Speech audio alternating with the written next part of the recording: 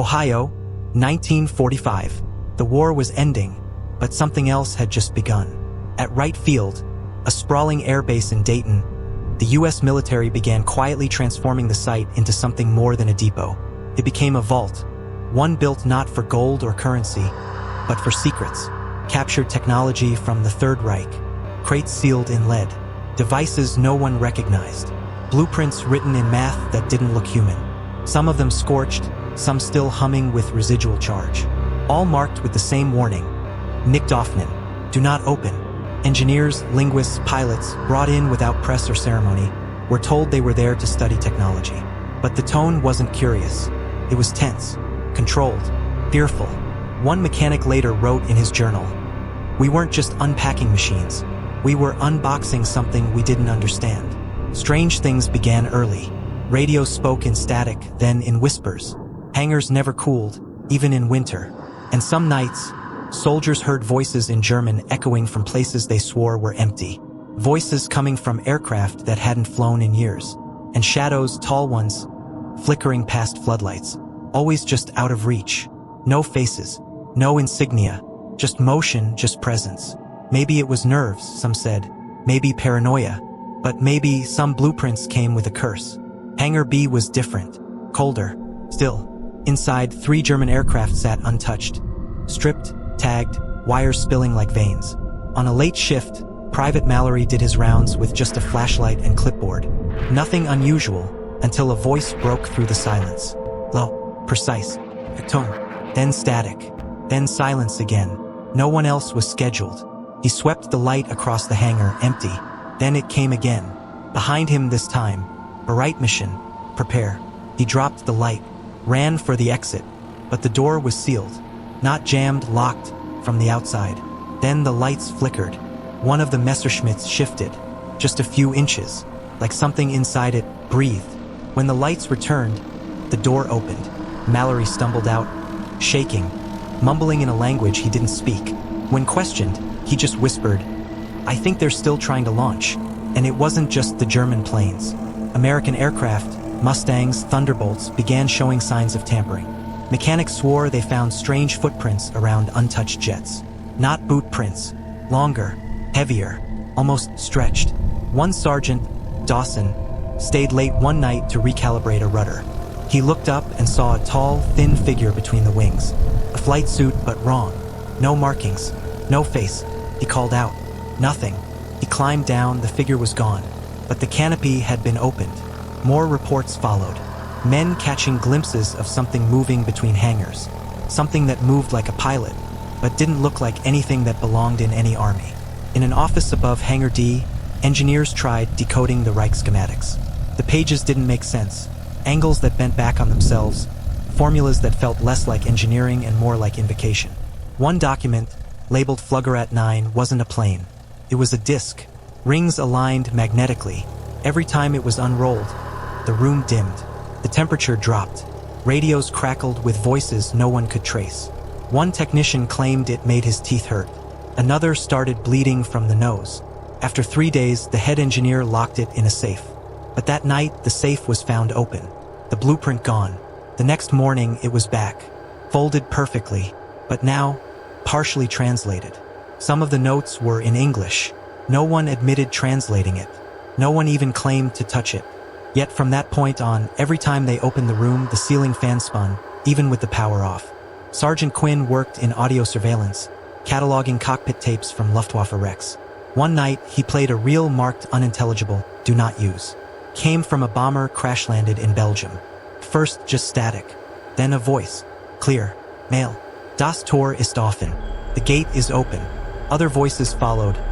Layered, echoing, some arguing, some whispering underneath. He paused, rewound, played again. Nothing. Static. He tried a second tape. Same pattern. First play, German whispers. Second play, silence. He logged the incident. Showed his supervisor. They laughed it off. Called it fatigue. The reels were labeled compromised and shelved. Quinn was transferred to Hawaii 2 weeks later. No paperwork. No request. Just gone.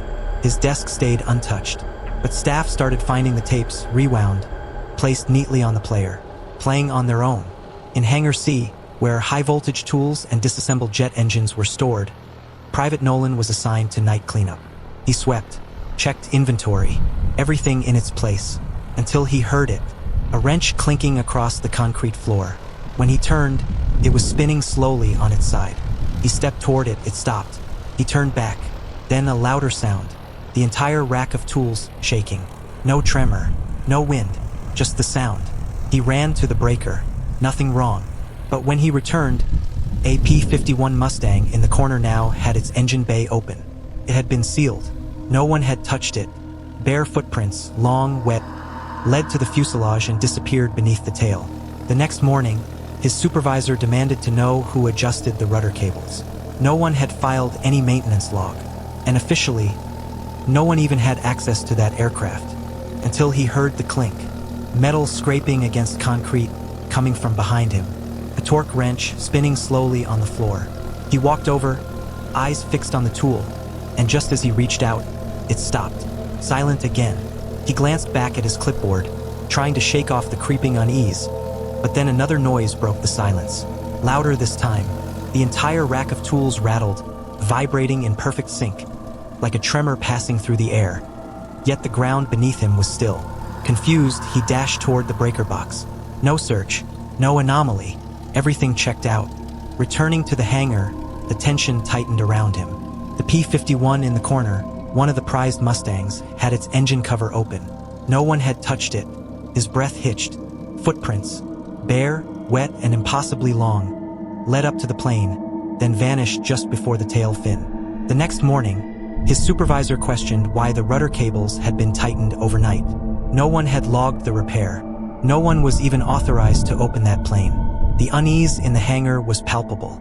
Something was stirring, something unseen.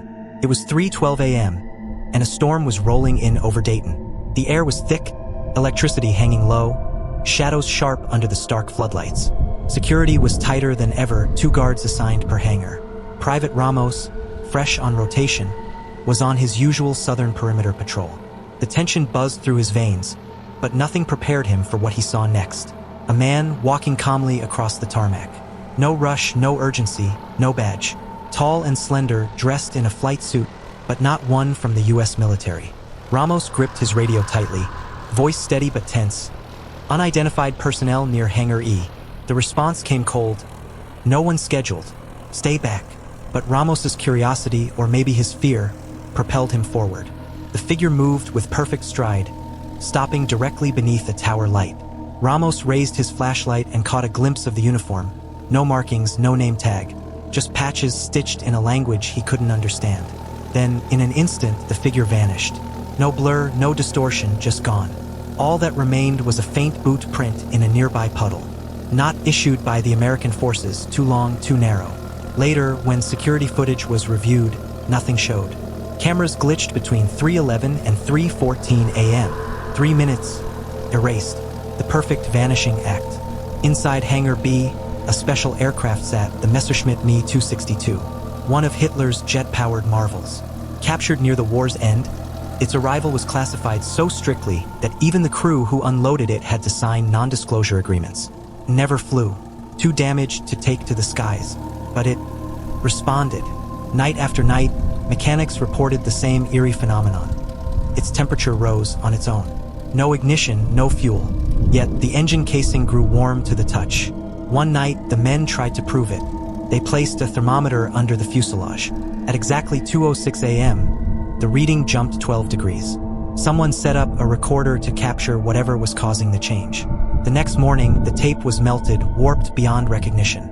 But the plane's casing? Cold again. Mechanic Bishop was determined to catch it live. He stayed late, alone, watching and waiting. But he never returned home. Days later, they found his tools and notebook, and the plane's canopy was left open. But Bishop was gone. Weeks after, strange scribbles appeared in the hangar journal. Not Bishop's handwriting. Not English. Just 3 words. Die Machine will fliegen. The machine wants to fly. February 1947. A blackout swept through Wright Field. Short, only 3 minutes, but long enough for something to go terribly wrong. When the lights came back on, Hangar B was sealed shut from the inside. Steel latches, manual bolts, all locked tight. Inside, 5 men worked on a propeller mount. Trapped. No way out. No way to reach them. Security scrambled to the side entrance, but there was no answer. Then the banging began. Metal pounding against steel. Screams muffled behind thick walls. A high-pitched hum, like a turbine winding up, rising in pitch, vibrating the air itself. Guards called for emergency cutters, tried to force the doors open. Nothing moved. And then silence. The doors unlatched themselves. Slowly, with a whispering creak. No one was inside. No tools, no lights, no men. Only 5 sets of footprints, circling the Me-262. Later that night, the commander issued a gag order. Everyone present signed it. The official report labeled it a mechanical malfunction. Personnel were reassigned. But weeks later, one of the missing men's dog tags was found inside the sealed cockpit. Today, Hangar B still stands. The doors have been replaced. The planes moved to different hangars. But the stories, the whispers, they never left. New airmen speak in hushed tones about shadows near the back wall, about flickering lights that always seem to appear at 3:12 a.m. They mention hearing a German word through static on radios tuned to American channels. Some say the men who vanished never truly left, that they became part of the hangar, or worse, part of whatever the plane brought with it. Some point to the inventory records, equipment that inexplicably vanished, tools found soaked in condensation inside locked cabinets. The voice recordings, still sealed, still warm to the touch. They say Wright Field was never just a base. It was a portal, a wound in the sky, stitched shut with concrete and silence. Maybe the war never ended here. Maybe it just changed uniforms.